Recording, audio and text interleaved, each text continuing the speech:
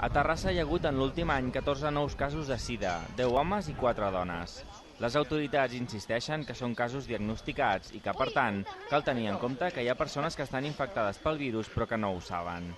Aquest és un dels principals problemes per mesurar quina és la propagació real de la malaltia, que apunta a un repunt en els darrers anys, bàsicament per la relaxació de la població. Per tant, es segueix recordant que és important primer la prevenció i segon la prova. Per insistir en això, Terrassa s'ha sumat un any més, com cada 1 de desembre, als actes de commemoració del Dia Internacional de la Lluita contra la Sida.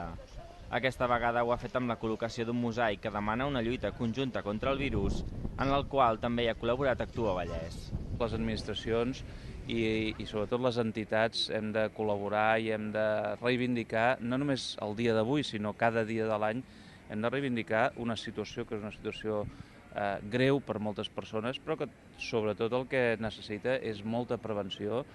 Durant els anys 80 i 90 la via d'infecció era la drogodependència. En l'última dècada aquesta tendència ha canviat.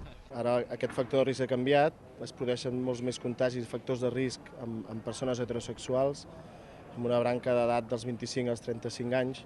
Potser és aquest grup de gent que no va viure la pandèmia de la sida en els focus més forts, que, com deia l'Isaac, de gent de mortalitat.